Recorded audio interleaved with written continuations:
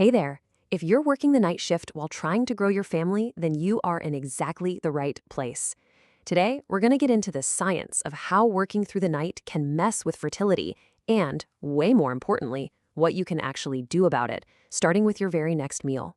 So let's just rip the Band-Aid off and ask the big question right away. Can eating a meal at 3 in the morning actually throw a wrench in your ovulation? The short answer, yeah, it really can. But the good news is, once you understand why, you hold all the power to protect your fertility. And believe me, this is a super real issue for so many people. As fertility dietitian Melanie McGrice puts it, she's seen the exhaustion firsthand through her own sister, who's a midwife. So many of you are out there doing incredibly important jobs at all hours, and it's just so crucial to know how to support your body through it all. Okay, so to really get why night work is such a challenge, we have to look at what's happening inside our bodies. And you know what? It pretty much all boils down to your internal clock. It's called your circadian rhythm. Just think of it like a master clock inside you that's been programmed over thousands and thousands of years to follow a 24-hour cycle of light and darkness. It's the thing telling your body when it's time to be active, when to release certain hormones, and this is a big one, when to digest food efficiently. And here is the fundamental problem with night shift work, laid out plain and simple. During the day, when you're trying to sleep, your body is basically screaming, hey, we should be awake and eating.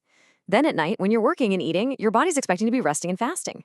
It creates this internal confusion.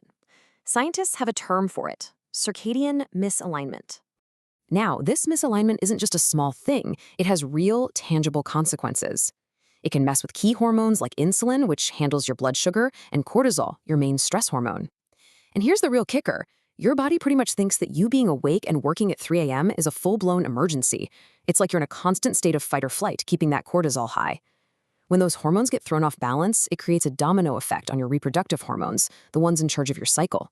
This can lead to irregular periods, can lower fertility, and is even linked to a higher risk of miscarriage. It's serious stuff, but it's also something we can absolutely do something about. And it's not just about sleep. Let's talk about melatonin. We usually think of it as the sleepy time hormone, right? But it's also a powerhouse antioxidant that literally protects your eggs from stress and damage. But guess what? The bright lights from computer screens or hospital hallways at night can actually shut down melatonin production. That can have a direct impact on your egg quality. So how in the world do we start working with our bodies instead of fighting against them? Well, the number one most powerful strategy is all about smart meal timing. Here's the game plan, broken down into 4 key steps. 1.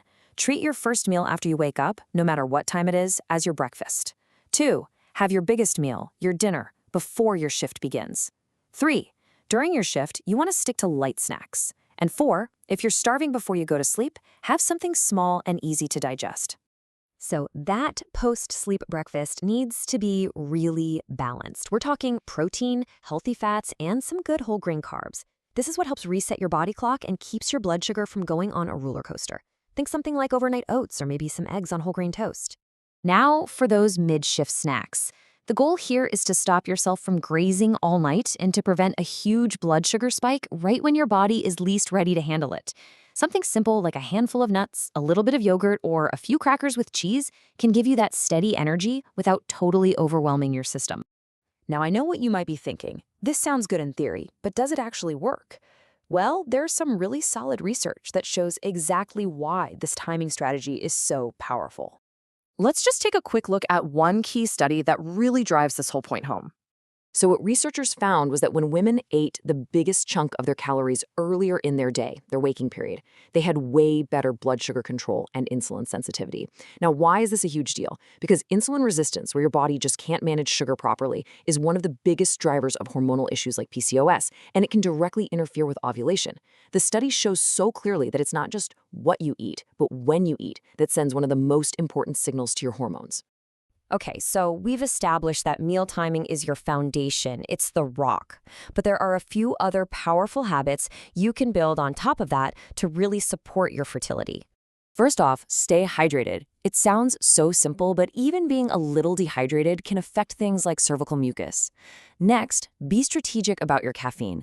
Try to keep it in the first half of your shift so it's not messing with that precious sleep you need to get. It's also a really good idea to get your vitamin D levels checked because, working at night means less sunshine. And while something like magnesium can be great for sleep, you should always talk to your doctor before you start any new supplements.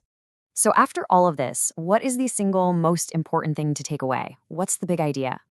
It's this. Hormones love rhythm. They thrive on it. Your body absolutely loves consistency.